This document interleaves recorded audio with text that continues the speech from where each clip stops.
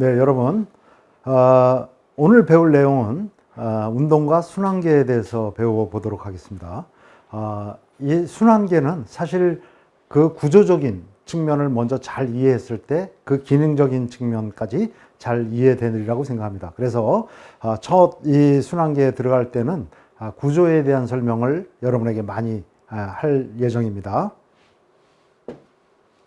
자, 여러분에게 한 가지 질문을 해보도록 하겠습니다. 심장은 우리 몸의 그 왼쪽 가슴의 중앙, 그리고 늑골의 두 번째와 네 번째 사이에 위치하고 있다. 우리는 심장은 주먹 크기만 하고 그거보다 약간 더 크거나, 그런데 이것이 왼쪽 심장의 중앙에 있고 늑골과 2번과 4번 사이에 있다. 맞는지 한번 여러분이 맞춰보시죠. 예, 질문은 틀리다가 맞습니다. 왜 그러냐면 늑골의 2번과 2번과 4번 사이에는 존재하지만은 이것이 왼쪽에 있는 게 아니라 가슴의 정중앙에 있습니다.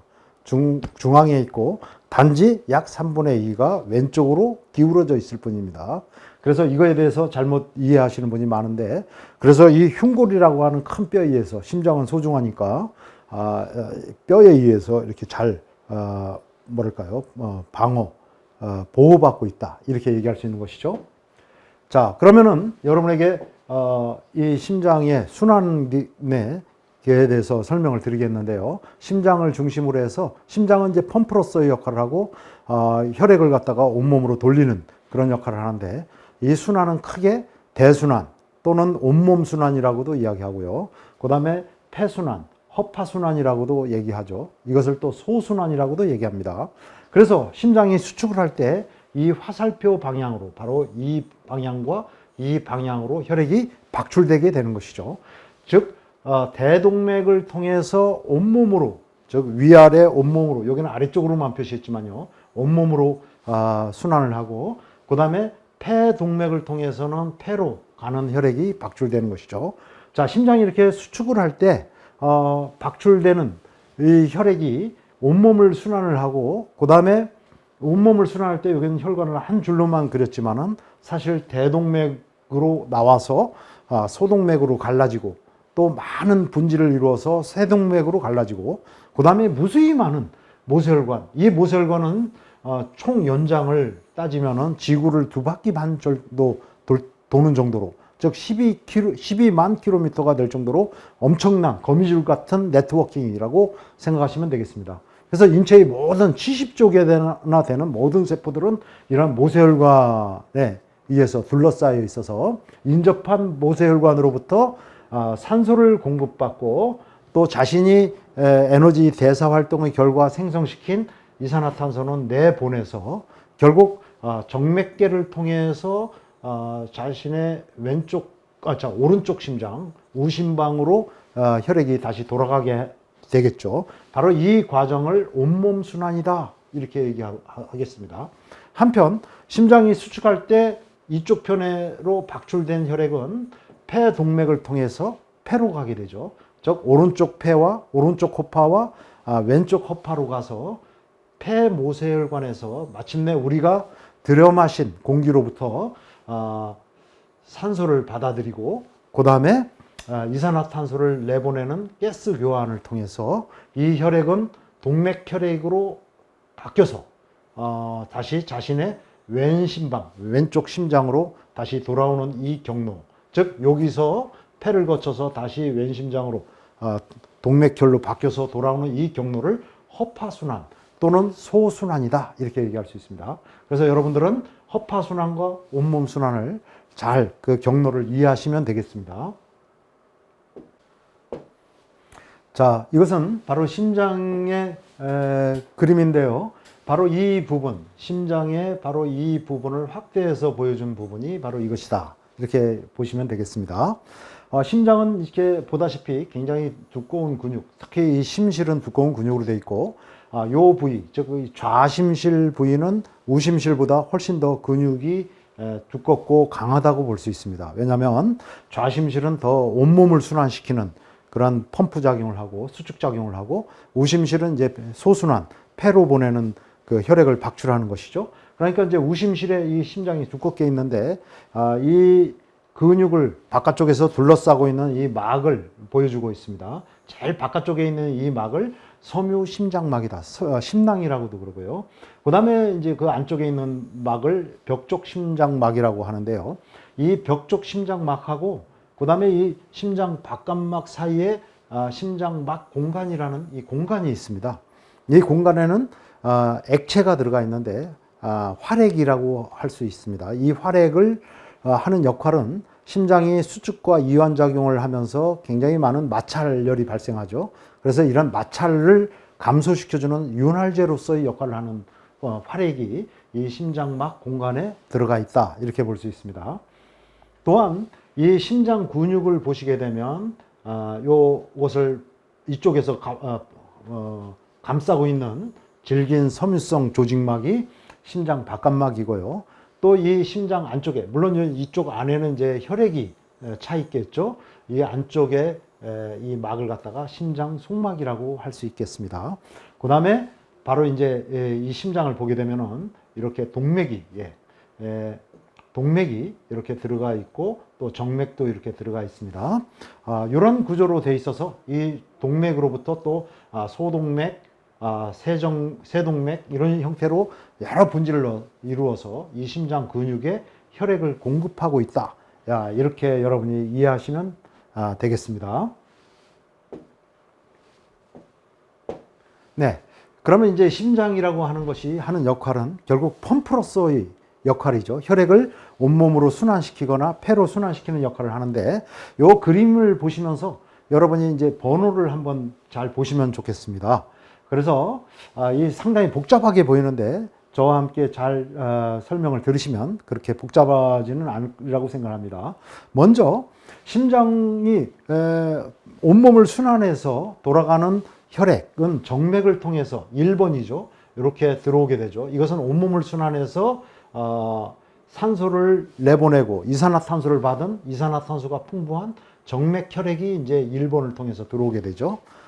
그래서 이 정맥을 통해서 이 경우에는 오른 심방, 우심방으로 들어오게 되고요.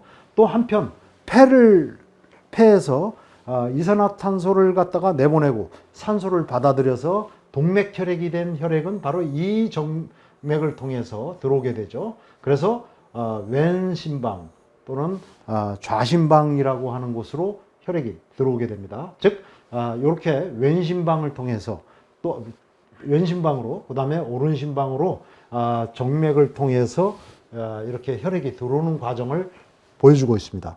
자, 이런 과정을 통해서 혈액이 들어오게 되면 2번의 경우에는 이 심방에서 즉 왼심방에서 왼심실로 또 오른심방에서 오른심실로 혈액이 들어가는 과정이 되겠습니다.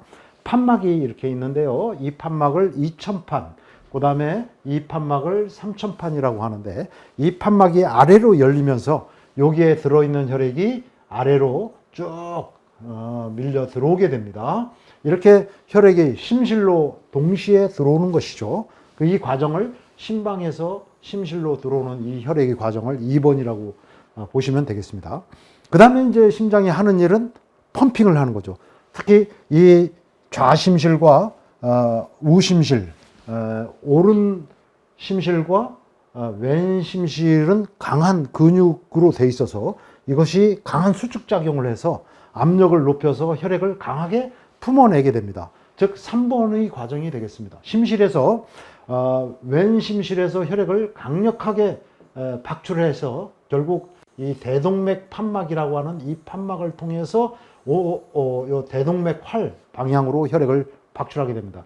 이것이 바로 이제 온몸 순환을 하게 되는 경로라고 할 수 있습니다. 그래서 경동맥, 즉 머리 뇌혈류를 공급해주는 바로 이런 혈액이 되겠고요. 그 다음에 뭐 상완동맥, 완두동맥 해가지고 혈액을 양쪽 팔로 보내고요. 요 그림에서는 물론 표시되어 있지 않지만 그 다음에 이제 이 아래로 쭉 내려가는 복대동맥이라고 하는 동맥을 통해서 혈액이 이제 이 내장 영역까지 보내지고 대퇴동맥으로 이제 갈라져서 혈액이 보내지게 된다. 그래서 이제 온몸 순환을 하는 경로가 바로 이 경로가 되겠습니다. 동시에 이 안에 들어있는 즉 오른 심실에 들어있는 혈액은 이 폐동맥 판막 허파동맥이라고도 그러죠. 허파동맥 판막을 통해서 이쪽으로, 즉 왼 허파로 그리고 오른 허파로 혈액이 보내지게 됩니다.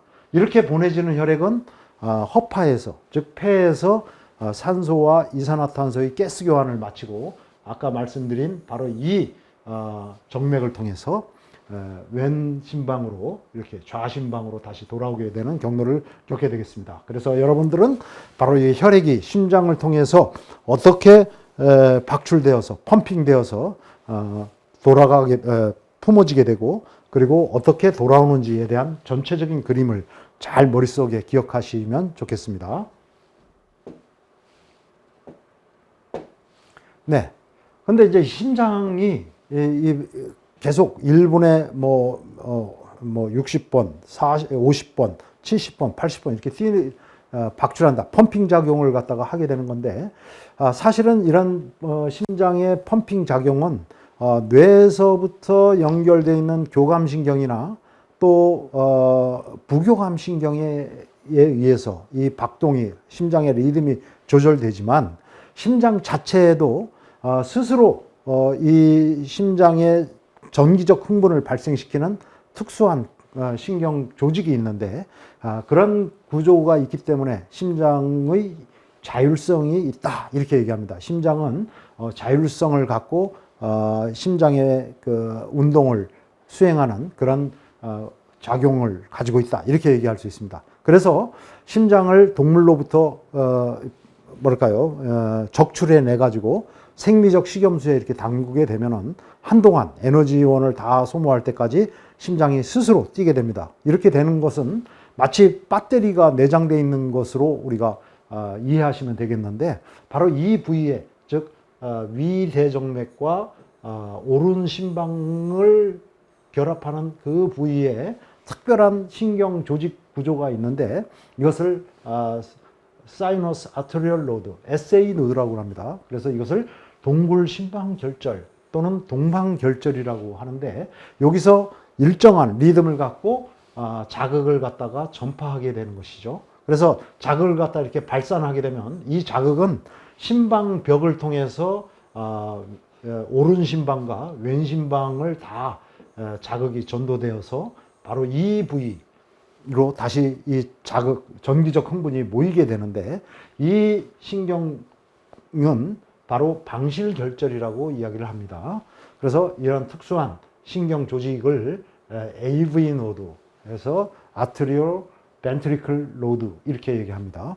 그래서 이 SA 노드에서 AV 노드로 신경 자극이 딱 보내지게 되면 이 AV 노드 방실결절에서는 잠시 약 0.2초 정도의 시차를 갖고 자극을 갖다가 홀딩 갖고 있다가 다시 자극을 갖다가 샥 이 아래로 심실중격이라고 하는 곳, 심실사이막이라는 것을 통해서 이 오른갈래, 왼갈래의 방실다발을 통해서 자극을 갖다가 내보내게 된다. 이렇게 얘기할 수 있습니다. 이 방실다발이라고 하는 것을 통해서 자극을 쫙 내보내게 되어서 이것을 통해서 이제 마침내 이 프루키니의 섬유라고 하는 특수한 신경 섬유를 통해서 심실 전체의 근육을 흥분시키게 되는 것이죠.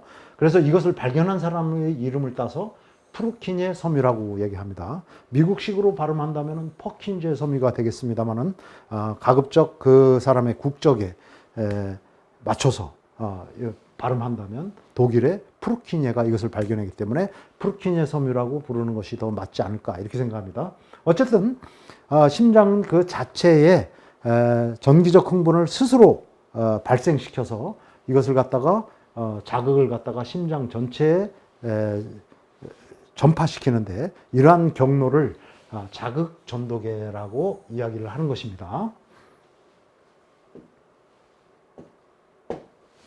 자, 그러면 이제 우리가 또 배워야 될 것은 심장죽이라고 하는데 심장이 한번 수축했다가 다시 원래의 상태로 이완하고 수축했다 이완하는 것을 1분에 60번 또 사람마다 그 고유의 박동수로 심장이 펌핑을 하고 있죠. 근데 심장이 한번 수축했다가 다시 이완하는 주기를 심장주기라고 얘기합니다. 그래서 심장의 주기는 수축기와 이완기가 있다고 볼 수 있는 것이죠. 근데 이 수축기는 사실 두 가지로 또 나눌 수가 있습니다. 심방이 수축하는 심방 수축기와 심실이 수축하는 심실 수축기가 있고요. 심방 수축기는 약 0.1초 정도 이렇게 소요된다고 한다면 심실 수축기는 0.27초 정도 이렇게 소요된다. 이것은 이제 안정시 상태를 이야기하는 것입니다. 그 다음에 이제 심장이 이완기는 수축한 다음에 다시 원래의 크기로 확장되는 상태를 의미한다. 이렇게 얘기할 수 있습니다. 그러면 먼저 심방 수축기를 이 상태를 보시게 되면 여기서 저 온몸으로 이제 순환을 하거나 또는 폐를 순환해서 마침내 요 폐를 순환한 혈액은 이쪽 부위, 그러니까 왼 심방이라고 할 수 있습니다. 그 다음에 온몸을 순환한 혈액은 오른 심방, 우심방으로 이렇게 들어오게 되죠. 이쪽 경로를 통해서 여기가 위대 정맥, 그 다음에 아래대 정맥을 통해서 들어오게 되면 심방이 수축하게 되는 것이죠. 즉 심방 수축기에 의해서 수축을 하게 되면 점점 이 심방 안의 압력이 높아지면서 이 심방과 심실 사이의 판막이 아래로 열리게 됩니다. 그래서 이 문이 열리면서 밸브가 열리면서 혈액이 심방에서 심실로 이렇게 들어가게 되는데 바로 이 과정을 심방 수축기라고 얘기하는 것이죠. 그 다음에 이제 혈액이 마침내 심실 안으로 어느 정도 이렇게 차게 되면은 이쪽 심방보다도 심실의 압력이 높아지면서 아래로 열렸던 판막이 다시 닫히게 되는 것이죠. 그래서 심방과 심실 사이의 판막이 닫히면서 마침내 자극 전도계 좀 전에 설명을 드렸듯이 방실 다발과 그 다음에 프루키니의 섬유를 통해서 심실이 흥분이 완전히 전달이 되면 심실이 이제 수축을 하게 되는 것이죠. 그래서 이 심실 수축기가 시작되는 것입니다. 그래서 심실이 수축을 하게 되면은 이제는 대동맥 판막 그리고 허파동맥 판막, 이 판막이 위로 열리면서 이 안에 있는 혈액이 이 동맥을 통해서, 대동맥을 통해서 또 폐동맥을 통해서 동시에 박출되게 되는 것이죠. 그래서 판막이 이 경우에는 이 심실의 압력이 대동맥 안의 압력보다 높아지기 때문에 판막이 탁 열리면서 이 안에 있는 혈액이 강하게 이쪽으로 박출되게 되는 현상이 나타나는 것이죠. 바로 이 과정을 갖다가 심실 수축기라고 할 수가 있겠습니다. 자, 이런 수축기가 끝나게 되면은 심장은 다시 확장되게 되는 것이죠. 심장이 다시 확장되면서 온몸을 통해서 다시 대동맥 아니죠. 이 폐를 순환한 혈액이 가스관을 마친 혈액이 다시 일로 들어오고 그 다음에 온몸을 순환한 혈액이 오른 심방으로 이렇게 다시 돌아오는 순환 경로를 다시 보여주게 된다. 그래서 이러한 수축기와 이완기가 심장의 한 주기라고 얘기할 수가 있겠습니다. 자, 그렇다고 한다면은 아까의 그림과 같은 그림인데요. 바로 이 부분을 확대해서 보여준 것이죠. 안쪽까지. 그래서 심장의 근육이 이렇게 있다면 이것을 바깥쪽에서 싸고 있는 심장 바깥막이 있고 또 이렇게 직접 안쪽에서 혈액을 담고 있는 심장 속막이 있고 그래서 이 혈액, 심실 안에 있는 이 혈액이 결국은 이 안에 있는 혈액이 이 안쪽으로 해서 이쪽으로 박출되게 되는 것이죠. 그 다음에 우심실에서는, 오른심실에서는 이렇게 폐로 혈액이 박출되게 되는 것이죠. 이렇게 심실 안에 있는 혈액이 심장 자체는 담고 있어 이것을 펌핑하고 있는데 이 심장 근육은 그러면 어떻게 혈액을 공급받게 될까요?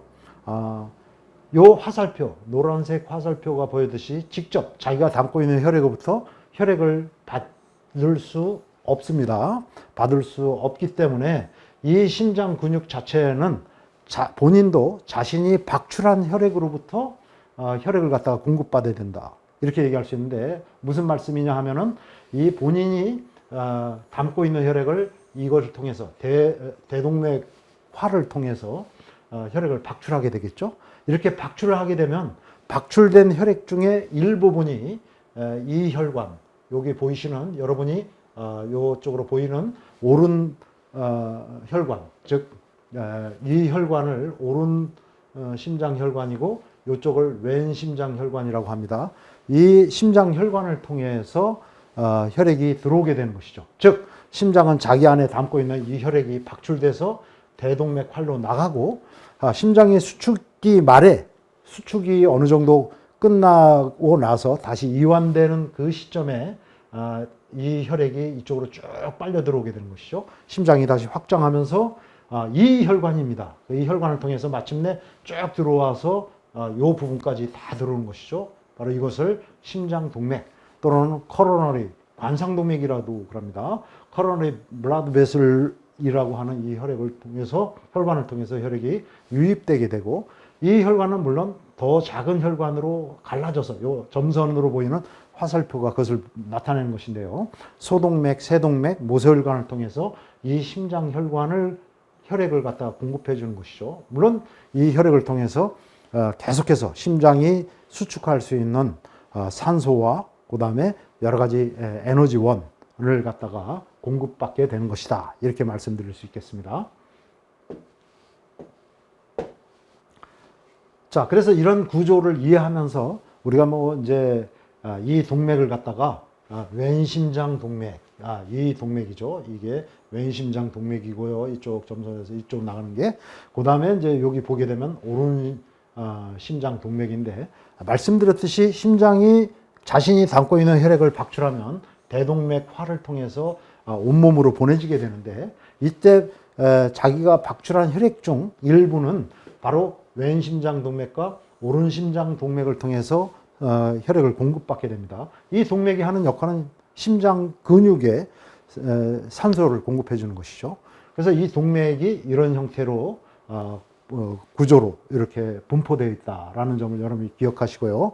이 혈관이 막히는 것을 갖다가 허혈성 심장질환이다. 이 혈관이 부분적으로 막힐 때 이것을 갖다가 심장의 혈관이 좁아졌다. 이 좁을 협자입니다.